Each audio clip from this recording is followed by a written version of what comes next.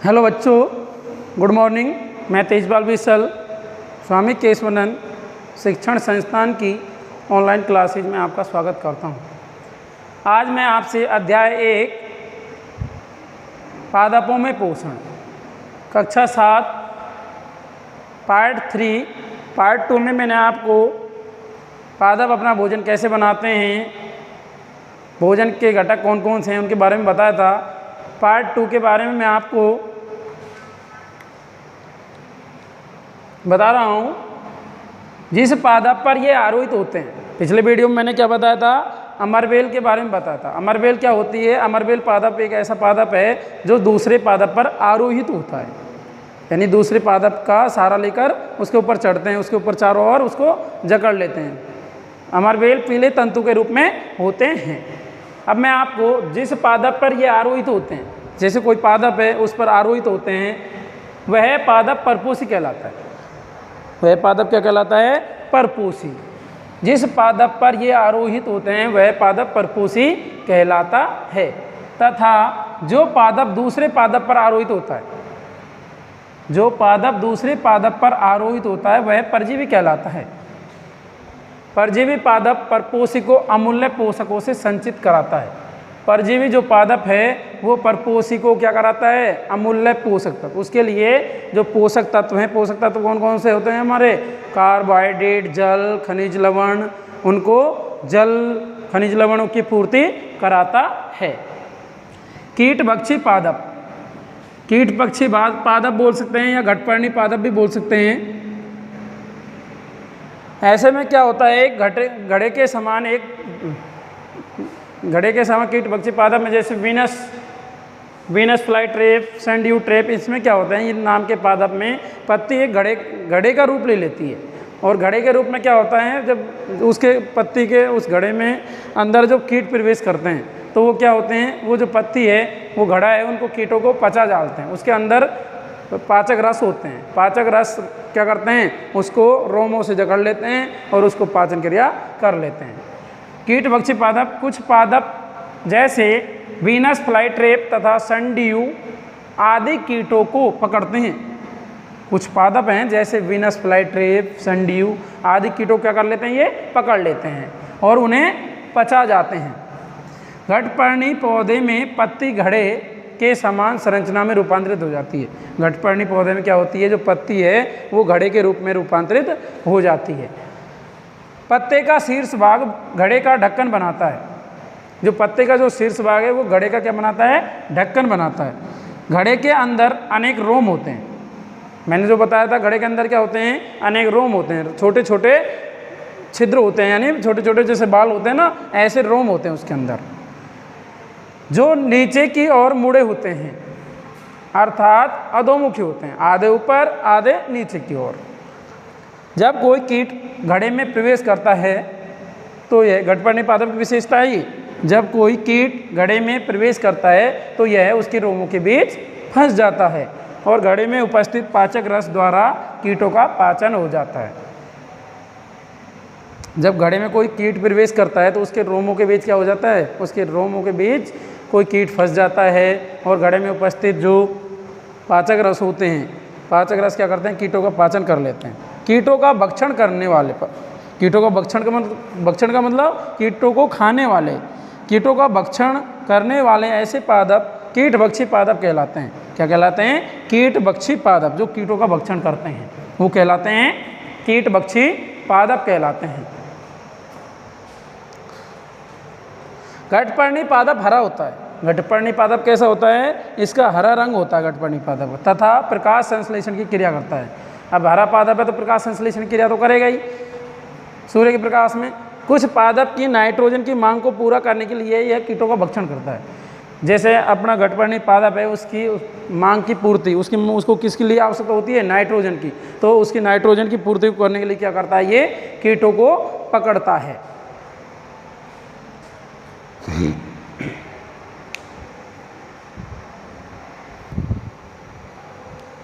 Hello बच्चों, next topic है हमारा मृतजीवी। नेक्स्ट टॉपिक क्या है हमारा? मृतजीवी। मृतजीवी वर्षा के दिनों में वृक्षों की सड़ी गली टूटी टहनियों अथवा तनु या छाल पर छाते के समान संरचनाएं दिखाई देती हैं, जैसे कवक, फंजाई। इसमें क्या होता है, एक जैसे बरसात के दिनों में एक लकड़ी होती है जो क्या होती है, एक सांप की सी छतरी बना लेती है, जिसको हम क्या कहते हैं, सांप की छतरी कहते हैं। ये क्या या बोलते हैं लकड़ी पे फूल गई है, लेकिन वो ऐसा नहीं होता, वो क्या है, कवक होता है वो, जिसको हम आम भाषा में फंजाई या फफूंद भी कह सकते हैं। वो होता क्या है बच्चों, कवक होता है। मृतजीवी की परिभाषा है, वर्षा के दिनों में वृक्षों की सड़ी गली टूटी टहनी होती हैं या तने या छाल छाते के समान संरचनाएं बन जाती हैं, जब वो फूल कर अपना आकार ले लेती हैं। सहजीवी, कुछ जीव एक दूसरे के साथ रहते हैं। सहजीवी का मतलब है कुछ जीव एक साथ रहते हैं, कुछ जीव एक दूसरे के साथ रहते हैं तथा अपना आवास एवं पोषक तत्व एक दूसरे के साथ बांटते हैं। इसे सहजीवी संबंध कहते हैं। कुछ कवक वृक्षों की जड़ों में रहते हैं, वृक्ष कवक को पोषण प्रदान करते हैं। कुछ कवक क्या हैं, वृक्षों की जड़ों में रहते हैं, जो पौधों को क्या प्रदान करते हैं, वो पोषण प्रदान करते हैं। बदले में उन्हें जल एवं पोषकों के अवशोषण में सहायता मिलती है। बदले में उन्हें क्या मिलता है, जल एवं पोषकों के अवशोषण में, पोषकों को ग्रहण करने में मदद मिलती है। लाइकेनों में कवक व शैवाल सहजीवी के रूप में रहते हैं। लाइकेनों में क्या हैं, कवक व शैवाल सहजीवी के रूप में रहते हैं। सहजीवी का मतलब है वो एक दूसरे के साथ रहते हैं। शैवाल में क्लोरोफिल उपस्थित होता है। शैवाल में तो क्या होता है, क्लोरोफिल उपस्थित होता है पर्णहरित, जबकि कवक में क्लोरोफिल उपस्थित नहीं होता है। कवक शैवाल को रहने का स्थान जैसे आवास, घर, जल एवं पोषक तत्व उपलब्ध कराता है। कवक क्या कराता है, कवक शैवाल को रहने का स्थान, जल, पोषक तत्व उपलब्ध कराता है तथा बदले में शैवाल प्रकाश संश्लेषण द्वारा संश्लेषित खाद्य कवक को देता है। बदले में शैवाल क्या करता है, प्रकाश संश्लेषण द्वारा संश्लेषित खाद्य कवक को देता है। कवक शैवाल को, अब कवक है, कवक शैवाल को क्या कर रहा है, रहने का स्थान दे रहा है, जल दे रहा है, पोषक तत्व दे रहा है, लेकिन बदले में शैवाल क्या कर रहा है, बदले में शैवाल प्रकाश संश्लेषण द्वारा खाद्य संश्लेषित करता है, यानी उसको खाने के लिए भोजन प्रदान कर रहा है।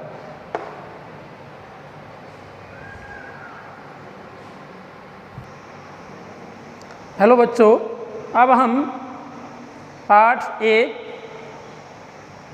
पादपों में पोषण के अभ्यास प्रश्नों के बारे में जानेंगे।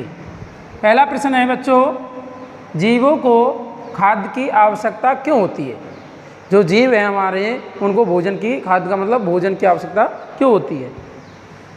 आंसर है इसका बच्चों, सभी जीवों को अपनी जैविक क्रियाओं जैसे पाचन, श्वसन, उत्सर्जन आदि के लिए ऊर्जा की आवश्यकता होती है। सभी जीवों को अपनी जैविक क्रिया, जीने की जो श्वसन करने की प्रक्रिया है, जैविक क्रिया कैसी होती है, जैसे पाचन, श्वसन, उत्सर्जन आदि के लिए ऊर्जा की आवश्यकता होती है। यह ऊर्जा हमें कहाँ से मिलती है बच्चों? आप भी जानते हैं, यह ऊर्जा हमें कहाँ से मिलती है बच्चों? भोजन से मिलती है। यह ऊर्जा हमें भोजन से प्राप्त होती है। भोजन में कार्बोहाइड्रेट, प्रोटीन, वसा, विटामिन आदि घटक उपस्थित होते हैं जो हमारे शरीर को ऊर्जा प्रदान करते हैं। भोजन में कौन कौन से पोषक तत्व उपलब्ध होते हैं? कार्बोहाइड्रेट, प्रोटीन, वसा, खनिज लवण, जो हमारे शरीर को लिए क्या करते हैं? हमारे शरीर के लिए ऊर्जा प्राप्त करते हैं। अतः जीवों को खाद्य पदार्थों की आवश्यकता होती है। तो इस प्रकार से हमारे इस प्रश्न का बच्चों ये आंसर है। दूसरा प्रश्न है बच्चों, परजीवी एवं मृतजीवी में अंतर स्पष्ट कीजिए। इंपॉर्टेंट क्वेश्चन है बच्चों, थोड़ा ध्यान से देखना। परजीवी एवं मृतजीवी में अंतर स्पष्ट कीजिए। आपको अंतर बताने हैं परजीवी और मृतजीवी में। परजीवी का मैंने इधर लिख दिया है, मृतजीवी का मैंने इधर लिख दिया है बच्चों। तो बच्चों देखिए, वे जीव जो अन्य जीवों दूसरे जीव, वे जीव जो अन्य जीवों से आवश्यक पोषक तत्व प्राप्त करते हैं परजीवी कहलाते हैं। वे जीव जो अन्य जीवों से, यानी जो जीव है वे जीव हैं जो दूसरे जीवों से पोषक तत्व प्राप्त करते हैं, उनको क्या कहते हैं?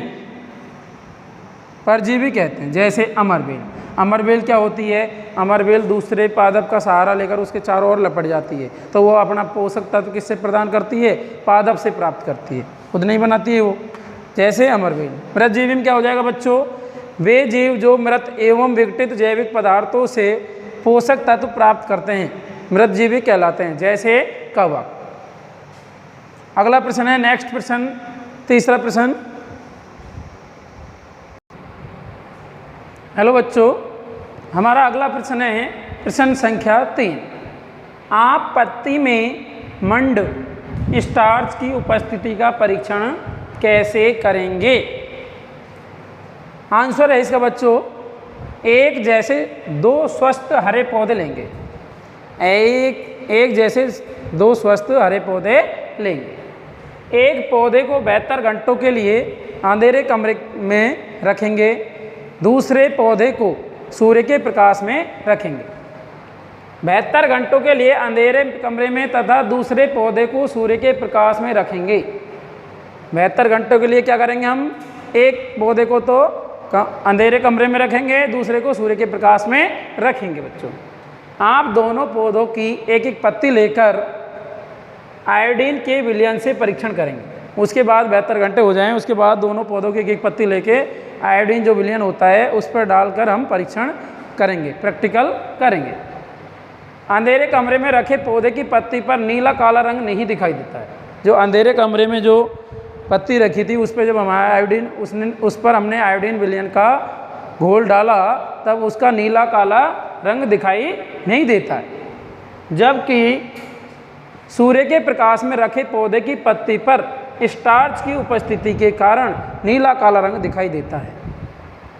जो सूर्य के प्रकाश में जो पत्ती रखी थी उस पर जब हमने आयोडीन विलयन डाला तो उसका रंग कैसा दिखाई देता है?